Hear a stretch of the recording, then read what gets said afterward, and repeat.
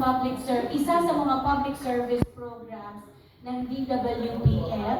Ang toka ko po sa oras na iyon, kami po ay may mga panawagan mula sa aming mga alaga. Yun po ang tawag ko sa kanila, mga batang may sakit, merong CKD stage 3, may leukemia, merong congenital heart disease, etc. Hindi lang mga bata, mga middle age at mga damats na rin po na kasalukuyang lumalaban sa kanilang mga nararamdamang sakit.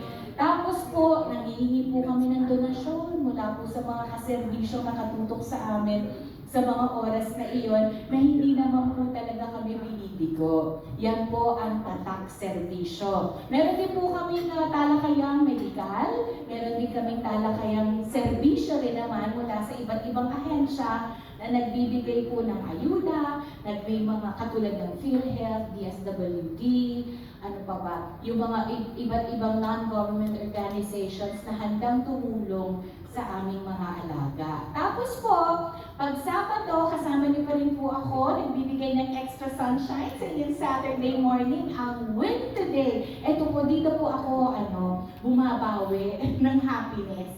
Kasi dito, kung talakayang pampamilya, talakayang pangnegosyo, samot-sari po na pampagood vibes sa inyong weekend. Yan po ang ating programa. Thank you, Tito Winnie. Magandang hapon sa ating pong mga kaibigan mula sa press. It's nice to see new faces and old familiar friends din, syempre. Ang programa ko naman po sa DWPM ay Ako To, si Chang Ami. Yun po ang title niya. Public service din po siya, pero ang pinag-uusapan naman namin doon ay lahat ng may kinalaman sa ating pong mental health. Yun po ang pag-alaga naman sa ating pong pag-iisip, sa ating puso, sa mga emosyon, yung mga pinagdadaanan po natin ng mga struggles sa araw-araw ng aming mga kaserbisyo. So Monday, Tuesday, and then Thursday, yan po, meron tayong mga kaserbisyo na nakakausap via phone or via Zoom. Tapos may kasama po tayong expert na mga life coaches, psychologists, and psychiatrists na tumutulong po dun sa mga kaserbisyo natin na may pinagdadaanan sa kanila pong buhay, whether sa family, sa trabaho, sa kaibigan, or so kung ano pa man. And then pag every Wednesday, meron kaming tinatawag na Anong Feels Mo? Ito naman, parang binibridge namin yung gap between the millennials, the Gen X, the boomers, and yung mga Gen Z at yung mga Gen Alpha, wherein we discuss certain topics, kagaya kunyari nung last time, pinag-usapan namin kung ano yung tinatawag nilang sa relationship MU nung araw sa atin, di ba? Sa mga boomers, sa mga Gen X, ang alam niyo MU, mutual understanding. Pero alam niyo ba na sa mga millennials at Gen Z, ang tawag na doon ngayon ay situationship. So binibridge namin yung gap na yon para po dun sa mga Gen X na kagaya ko, na may anak na millennial, may anak akong millennial may anak din ako na Gen Z, at meron din akong anak na Gen Alpha. So para din, yung mga listeners natin sa teleradyo na medyo may mga EDAD kagaya ko, may mga edad, at OLD na, maiintindihan natin yung mga millennials at yung mga Gen Z para hindi po natin din sila nasasaktan by saying na, grabe, iba na talaga yung generation nyo, ang gulo-gulo, ganito. Kasi alam naman natin na ang radyo, marami pa rin tayong listeners na boomers at saka Gen X. So magandang we learn from each other, parang ganon. So pag Friday naman po, we have Chang Ami Presents. Ito naman po yung drama namin sa hapon. So binalik po namin yung drama sa hapon sa radyo sa pamamagitan po ng programang Ako To, si Chang Ami. And we're very happy na ngayon pong buwan na to, ang ka-tie-up namin na eskwelahan ay ang FEU. So, ang FEU po na multimedia, mga students nila, ang siyang nagpo-produce at sumusulat ng mga drama na ginagawa namin for every Friday. And last Friday po, nagsimula yung FEU. So, we're hoping na makaikot kami sa lahat ng mga eskwelahan na may mga multimedia courses or mass com para din po ma-feel nila at maramdaman nila na, oh, ganito pala gumawa ng drama. Kasi nung panahon natin ni Tita Winnie, oo, yung actual production, talagang on the job, magte-training na sila, di ba Nico? Gagawa na sila magsi-script writing, tapos yung sound effects, sila din ang gagawa. Tapos, isasubmit nila po yun sa amin sa DWPM. Tapos yung aming napakagaling na technical director na si Kuya Benji Vilab ang siyang mag-check ng mga sound effects, tuturuan sila kung paano i-arrange siya ng tama by sequence. Tapos yung aming executive producer na si Sheila Tubalinan ang mag-oversee po ng kanilang ginawa. Parang project na din, kumbaga. So we're very happy na ka-tie up namin ngayon ang FEU. Yun po, that's what we do for our show. Thank you. Maraming salamat po, Mari. Media conference ito, no? So, I suppose you're going to thank us for ano ba yung okasyon? Bakit tayo nagpa-Thanksgiving? Ending na ba ng program o beginning ng bagong ratings? Parang beginning, sir. Oo, beginning. Opo, beginning na naririyan kayo at sumusuporta sa aming bagong impilan, bagong puntahan ng bayan, ng DWPM, Radyo 630 at Teleradyo Servicio. It's a Thanksgiving actually para po doon din sa mga, hindi lang sa mga kaibigan natin sa press, kundi doon po sa mga kaservisyo namin na hanggang ngayon ay very loyal at sinusundan po kami, sinundan kami at patuloy kaming sinusuportahan dito po sa DWPM.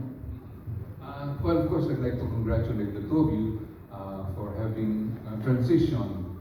Meron kayong commonality eh.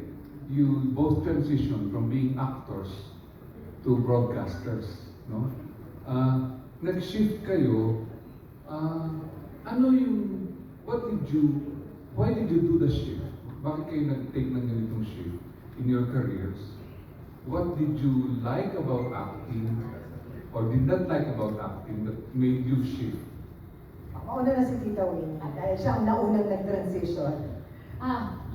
I started radio sa DZMM 1997. At first, honestly, wala lang. Change of environment, change of medium. Kasi mahilig akong makinig sa drama nung araw. Mahilig din akong makinig ng musika sa radyo. So parang curious ako, paano ginagawa yon? And during that time, the 90s, sobrang analog kami noon. Yung mga tapes namin, from commercials, from time checks, to AOBs, to spills, dala-dala namin at manual namin sinasalang sa player. At tawag dito, at it was, and there was this, and then when I got in, there was a certain fulfillment that you get every day. Kasi pagka, hindi ko naman sinasabi na hindi ko nagustuhan ang pag-arte dahil ibang klase rin namang experience, lalo na pagka nakahawakan ka ng premyadong mga direktor. Diba? Iba-iba rin ang tema sa bawat pelikula, iba't ibang tao nakakasama mo. Kaya lang, sa radyo kasi, sa isang oras na pagbo-broadcast, yun. Ako yun. Ito yun. At kung magkakamali ka, pagkakamali ko yun. Hindi lang kahit na sinang iba pa.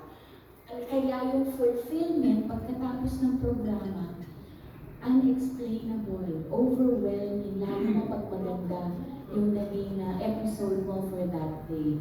Kakaibang experience, kakaibang fulfillment, at kakaiba rin namang medium.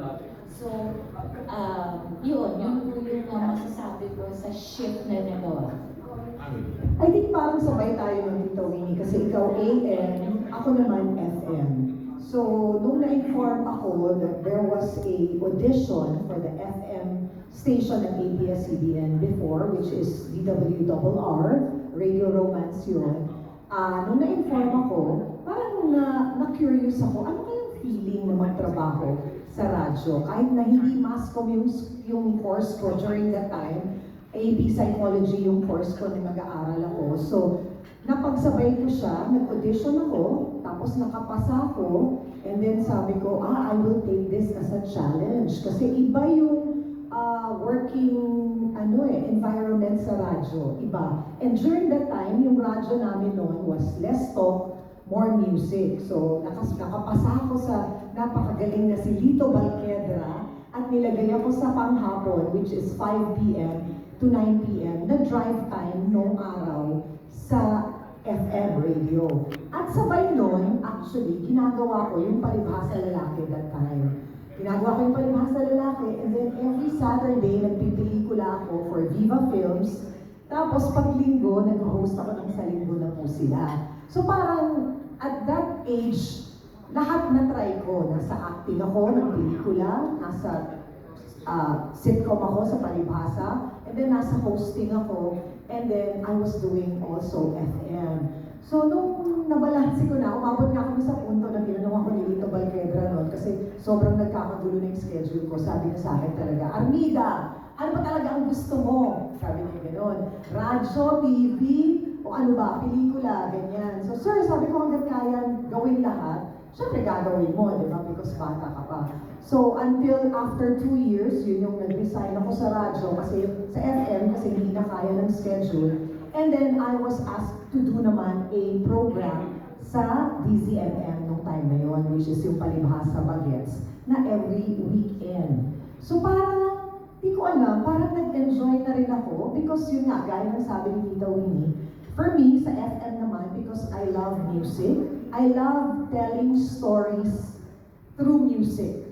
So, kung naabutan niyo yung Radio Romance noong araw, malalaman ninyo dun sa playlist na pinatutugtog ko kung ano yung pakiramdam ko that day. Kung medyo heartbroken ako, you will hear it through the kinds of songs na pinapatugtog ko. So, yun na yung nagsimula. Sabi nga rin ni Tita Winnie, tama, merong kakaiba siyang fulfillment. Although we know that, the industry sa radio medyo hindi naman gano'n ang kaswelduhan, pero wala talaga. It's the love, that certain Wala sa bulsang fulfillment. wala sa bulsa Nasa ang puso fulfillment po. talaga. Totoo yun, nasa puso. Kasi ang sarap din ng feeling na nasi-share mo yung mga stories mo through music. And then nakapag-shift ako sa AM, and then I was given the opportunity to create parang mga segments that I want to do for the show. Ganun po. I'm sure there are other actors, actresses who may not